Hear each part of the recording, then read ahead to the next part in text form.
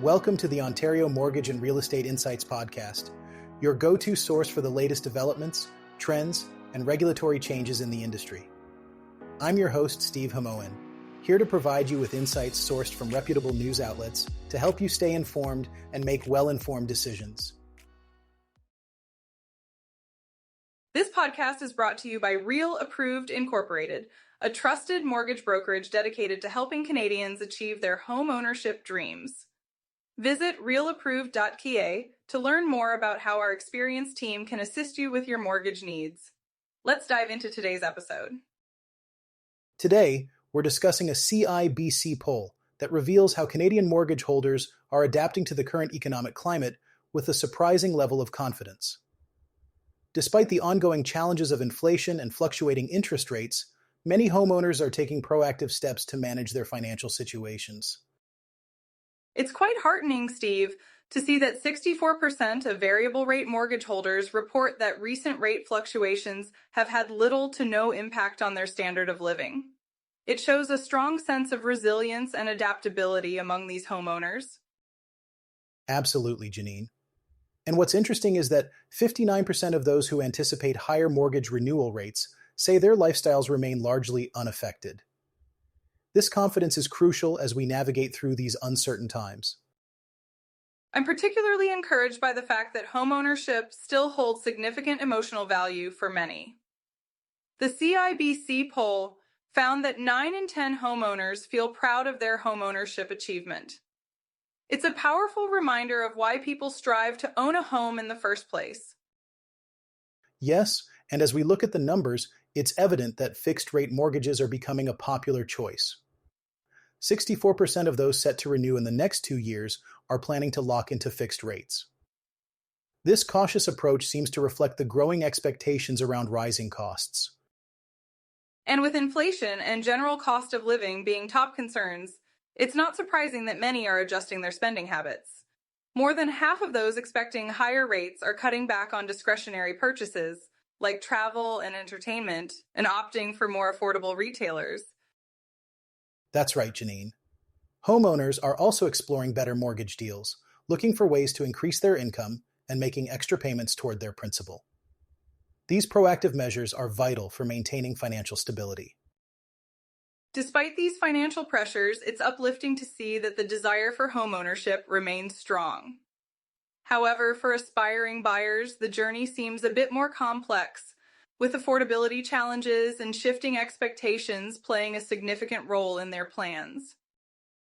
Indeed, the NerdWallet report highlights that while 54% of Canadians still intend to buy a home in the next 5 years, many are pushing back their timelines. Younger Canadians, particularly those aged 18 to 34, are more likely to enter the market, but even they face barriers like high living costs and low income. And it's not just about income, Steve. For current homeowners, issues like limited inventory and high mortgage rates are significant hurdles, whereas for renters and first-time buyers, income limitations and down payment constraints are more common challenges. As prepayment penalties continue to surge, many borrowers are finding themselves in the dark about the true costs of breaking their mortgage. But there's a new tool on the market, Prepayment Penalty Mentor, that's aiming to change that by bringing much-needed transparency to the process. That's right, Steve.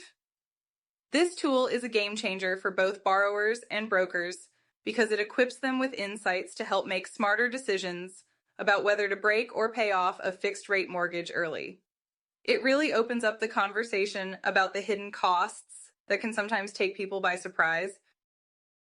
The tool uses deep historical data, lender contract tracking, and forward projections to give an accurate picture of prepayment fees.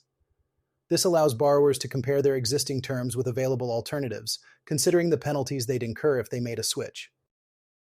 And what's particularly valuable about this tool, Steve, is that it allows brokers to add value without risking losing their clients to the lender in the retail channel.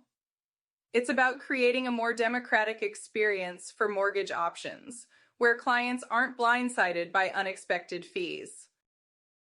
Christopher Darwich, the CEO of LenderKey, who was involved in the tool's development, pointed out that lenders aren't required to make penalty information easily accessible on their websites.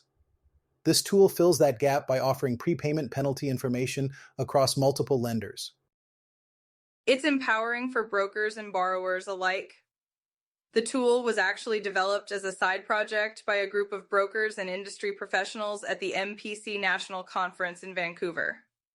It brings together expertise from various leaders in the field, including Hugo Dos Reis and Neil Bartlett, who saw the potential to help consumers financially. And the timing couldn't be better. As fixed mortgage rates continue to drop, borrowers can potentially capitalize on lower rates by using this tool to assess whether breaking their mortgage could lead to significant savings. Exactly, Steve. One user even helped a client save over $6,800 and reduce their mortgage amortization by 39 months, leading to a total savings of about $50,000 over the life of their mortgage. It's all about being proactive and making informed decisions.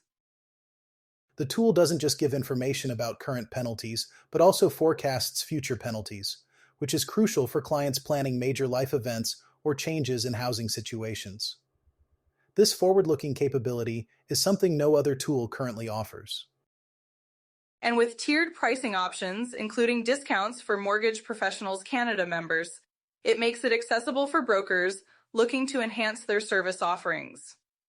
It's a starting point for ongoing development and improvement in the mortgage industry. Steve, let's talk about the recent announcement from new Democratic Party leader Jagmeet Singh, who is making housing affordability a central theme in his election campaign.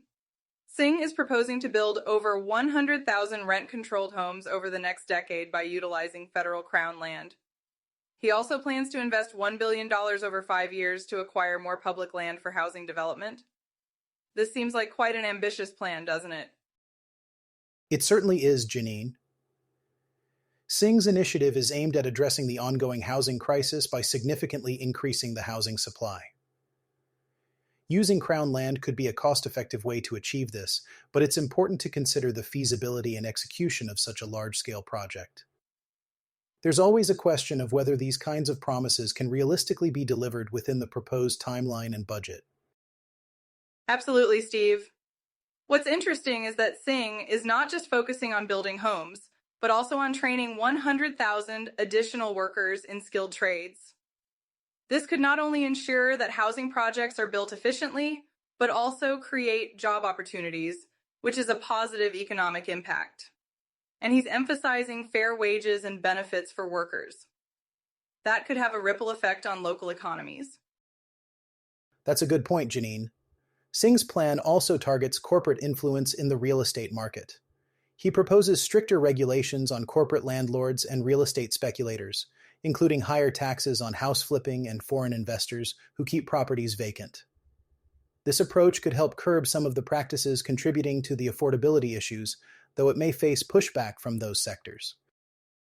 And Singh seems quite determined to make a difference.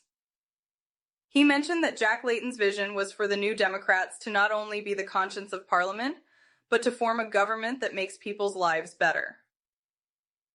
It's clear that Singh wants to continue that legacy by focusing on everyday folks, especially in urban centers where housing affordability is a major concern.